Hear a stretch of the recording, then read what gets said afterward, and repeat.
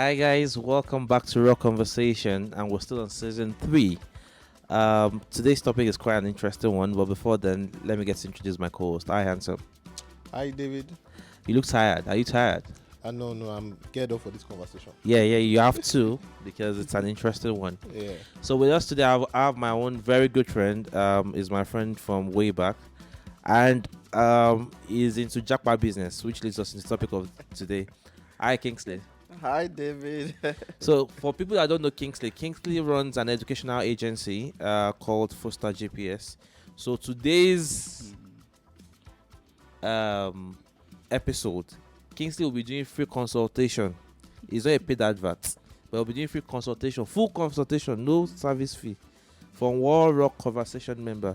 So, please, Peace will give you the details on how to win that free consultation on your Japa journey. However, today's topic is basically called Japa syndrome. I mean, in the last 3-4 years that UK has opened their border to post-study services and likes of it, we've seen huge level of people migrating from Nigeria to the UK mostly, and then to the other part of the world also.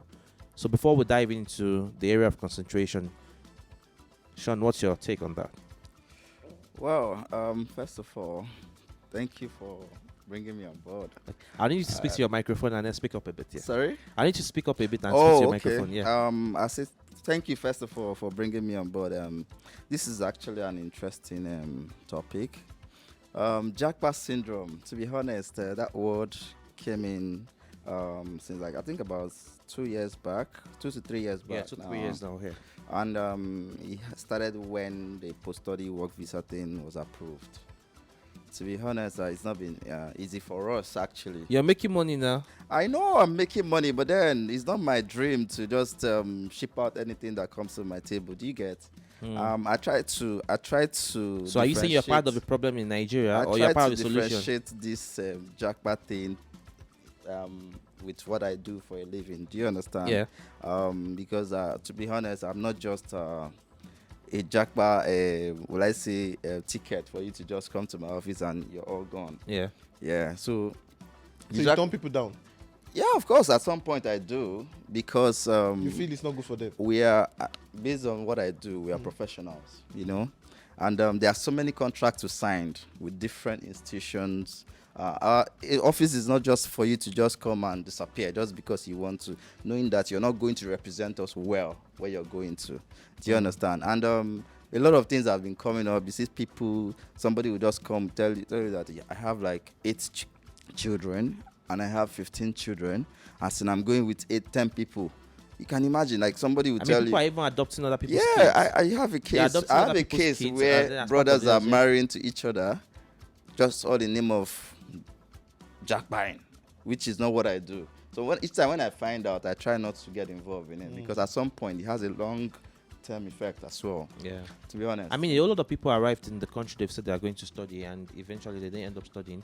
A lot of people that had gone to the UK, for example, on care visa, for example, they do not have an active employment at the moment, and they are getting paid barest minimum, which makes it worrisome for me. I mean, I'm not going to be an hypocrite to say I do not support people to Japa. For example, my wife does not live in Nigeria, for example, so I won't say I won't be. But your wife didn't Japa now. She didn't. She didn't Japa, actually. Yeah. That's why I say let's differentiate this Japa from someone who's actually going to study or someone who's traveling for work. Do you understand? Yeah. Because the only thing that I notice these days is that because a lot of people don't have access to that educational background to even get admission. Yeah. So they go into doing all sort of things, arranging documents, just in the name of. And when they get there, they can't defend it.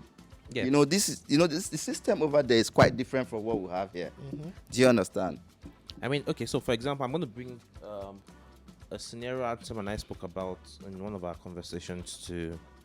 I'll bring it into this now.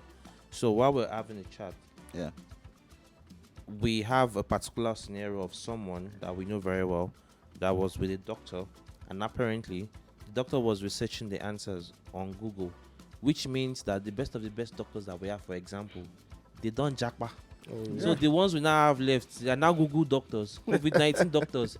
They became certified during COVID-19 that did online medicine. Yeah. Because wouldn't I rather prefer to go to herbal medicine that know what they are Yeah. doing than to do the one that is Google doctor. True. I mean, I feel those are at negative some effects. point, at some point, in fact, this I would make reference to this hospital here. Don't mention the name. Don't worry. Okay, no need. There's this hospital here, Yeah. teaching hospital kind of. At some point, I became more of like irregular there.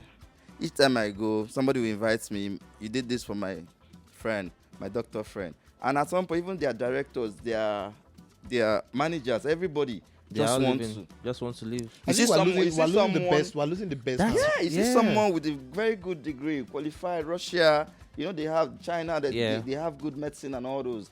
And somebody will just tell you, okay, if I just want to travel, I just want to leave this country just to go and do public health.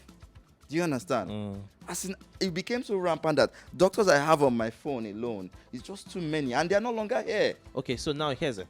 So you're saying it from the angle of we're exporting our own good ends here. Yeah.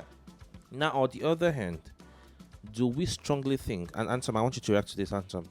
Do we strongly think that these people are working and benefiting at the full potential they would have gotten in Nigeria over there, irrespective of the country? I think it's here and there. For some people, they are lucky or fortunate enough. Not lucky. They are fortunate enough to get good paying gig over there. But for a by vast majority, the time you look at the for cost a of vast living, majority, yeah, for a vast majority is the other way around. You see them going there and doing menial jobs, things they can't even do in their motherland. yeah, And they begin to I was talking to you the other time about how someone was telling me that the rate of depression over there for Nigerians that are moving there is getting alarming, because they lose that sense of community. Yeah. And then when they go there, no support for them. They begin to work crazy shifts that even in Nigeria here, you tell your boss, "Oh, I'm leaving now. I can't do more than 5 o'clock." rents they knock your door. Your husband becomes, if you're a wife that is working, your husband and your wife, you guys become like, See, you barely see each other. See, trust me, You're doing night shifts. She's doing- This person is at home taking care of baby. See- Once this person is arriving, this person You're is moving. off for work. You know? I have a friend that lives in Luton, and apparently I was with him one day, and he was explaining his routine to me. So he closes from work around 5 p.m. His wife leaves for care job around 6 p.m. So he has between 5 and 6 to get on before the wife leaves for work, because the wife has to resume by 7. She has to and leave she work has to be 6 p.m. before 7. And then, literally as he's entering, the wife is Jesus. already just waiting to hand over the key What's in life? and then leave for the next shift immediately. And then that's going to bring me to the next one I want to talk about is, do you think after all said and done that people are actually enjoying the benefits, the greener pasture they seek? Oftentimes, this is always the excuse. The excuse is, oh, I'm studying, I'll get a job after things will get better. Then they finish. Then they're looking for a tier 2 visa that allows them to work. And some they get tier 2 visa and then they say, oh, after all, it's better life here because there's no security issue. There are bad roads in the UK also, but maybe not as common as Nigerian bad roads. There's no electricity issue and all those amenities that they pray for. Suddenly they believe that that prayer point in Nigeria is already answered in another country. And I actually do not believe that I've got people that live abroad that I've visited, and when I see their standard of living, I feel like we're probably doing better in Nigeria, living way better quality life. What's your take, Sean? This same thing. Funny enough, I had this conversation a few days back in London, actually, with a friend that actually left Nigeria with the family, but back in those days, about 6 years back. Basically, what everybody is actually looking out for is a better life. And, But do they actually get that better life? I mean, UK people, once you buy one house on mortgage, everybody shouts about, I have a house, I bought the house. But, oh, guy, you're paying for your house 25 years. In Nigeria, our boys are buying houses cash down. They're buying houses cash down once. Yeah. In the UK, I think we're just being specific about UK. You don't have to be... Well, that's where the Japa training is. Yeah, that's actually where it is, because it's the home of all. It's the only place that can allow anybody to come in easily without much scrutinization and all that. So to me, in that level of comfortability within the UK, trust me, I don't think they are Anybody Honestly, that tells me that, I don't know, but I'm saying from my own perspective because I've been there a couple of times. I've seen people, I've seen friends, I've seen family. Do you understand? And looking back when they were here, actually they live better. I'm gonna ask you one Oh, very yeah. personal They question. live better. Do you I'm understand? gonna ask you one very personal Hold question. on. Wait, you can't cut me on this one. This one is very personal. Yeah. Look at the camera when you're answering, and do Yeah. not lie. Oh yeah. This Yeah. is raw conversation. It's by raw. you. We're gonna do give not it lie. to you raw. Yeah, exactly. In the last 3 years, that the migration to UK, Canada, Australia has been really, really rampant. Yeah. Can you say that? Can you mention up to 5 friends that you feel they've made so much money than you've made in Nigeria? Those that live in the UK. That have moved in the last 3 to 4 Oh, they years. have moved. And what you've made in the last 3 to 4 years here in Here in Nigeria. Who do you think has made more, yourself or your friends that has relocated? I don't want to sound proud, bro. You see what I'm talking but about? This is, I don't want to sound proud, but to be honest, for a friend of mine, except you're doing drugs, except you're doing yahoo, except you're doing you're a sport person, I don't think none. You see, and then you are in Nigeria, and You're in making the bad money. economy that people are complaining about, you're making money. Yeah, of course. You know, that's the same thing I'm saying. Because you know why? What baffles me sometimes, Kunle, I'll see somebody with a salary of 1.2 million naira in a month come to my office and say, I want to live with my family of 5, 6. Do you understand? Well, oftentimes people hide under the canopy of, oh, I'm doing it for the kids. That is it. That is the general thing. But then you can give your I for myself. I wasn't trained abroad, bro. I'm not useless. I'll be. Do you understand? That's the way I see it. Dogu now, the I'm not choppings. useless. Do you That's what I understand? mean. It all depends on upbringing. I As a don't know matter if you of fact, understand. I agree with you. As a matter of fact, if you look at it from the point that Oh, and some All is they've- agreeing with you on this one. That's no, strange. no, No, of course no, not. all they've complained about for a while. So if you hear people leaving, they would say, "I'm leaving because of insecurity."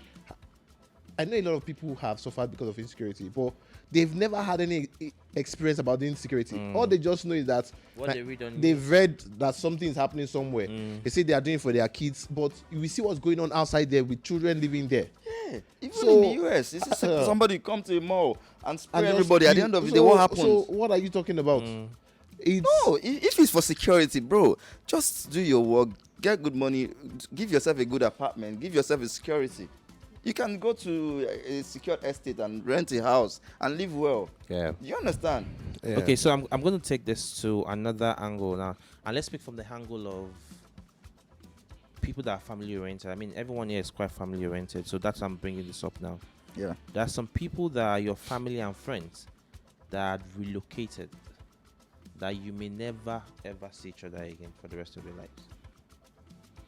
So, what do you say to the influence that's going to leave you with someone you probably grew up with, and all of a sudden, I mean, the person that could pass for my best friend, Yomi had relocated to the US about 3 years ago, and it was in London a few months ago. We couldn't see. It was coming to London. I was living in London, and I could arguably tell you that it's possible Yomi and I mean, I have another friend called Tayo. Tayo, myself, Yomi, we all grew up together, and Tayo has relocated since 2011, and I think I've probably seen Tayo once.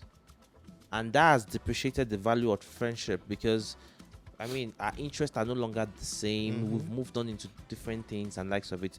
What do you have to say regarding that? Myself. Yeah. Right. I know your friend Pincha, for example, is in Australia. Yeah. Obviously.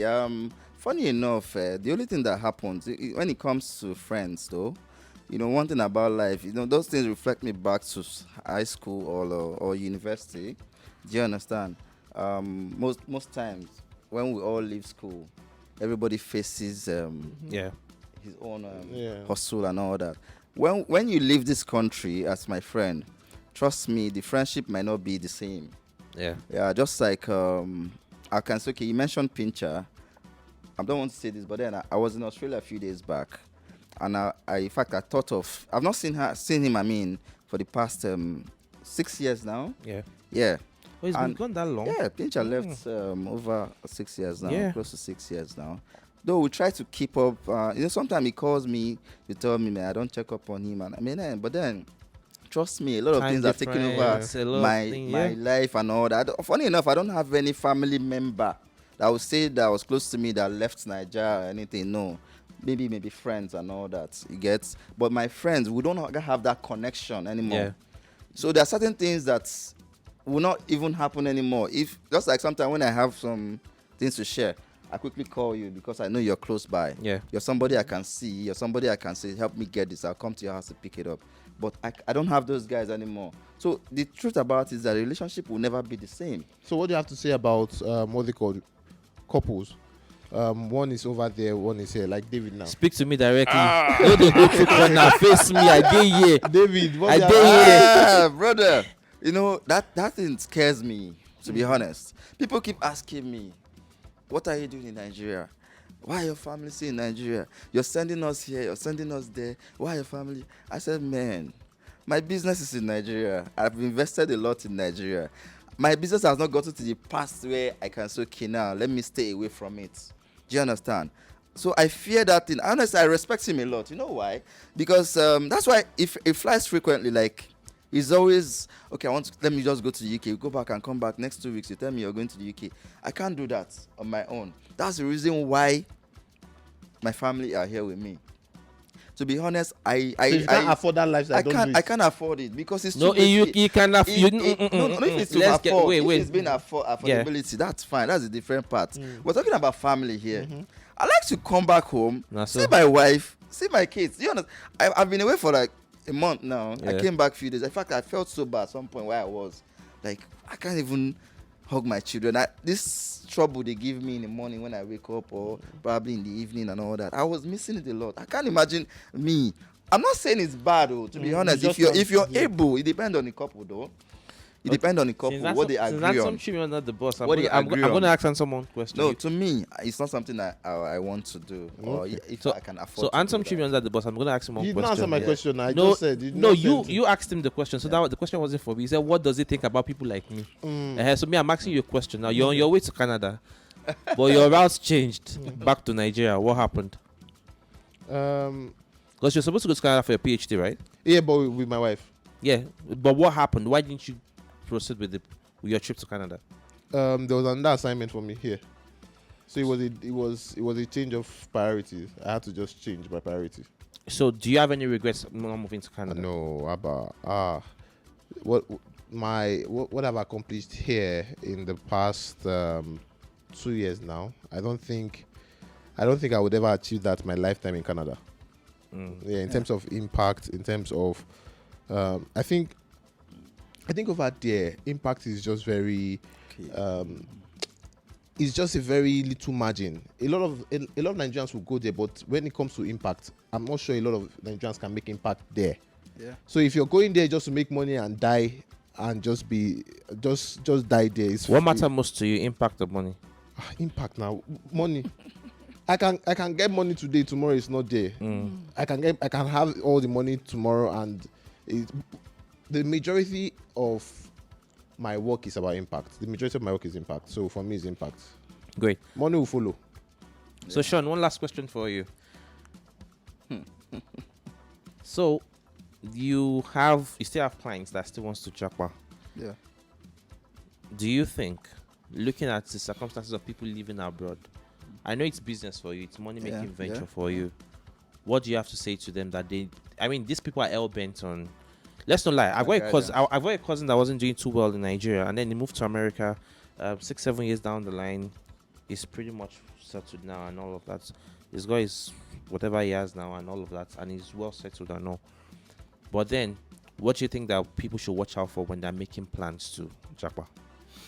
Well, to me, if you're trying to Japa, make proper plans, especially those who have families.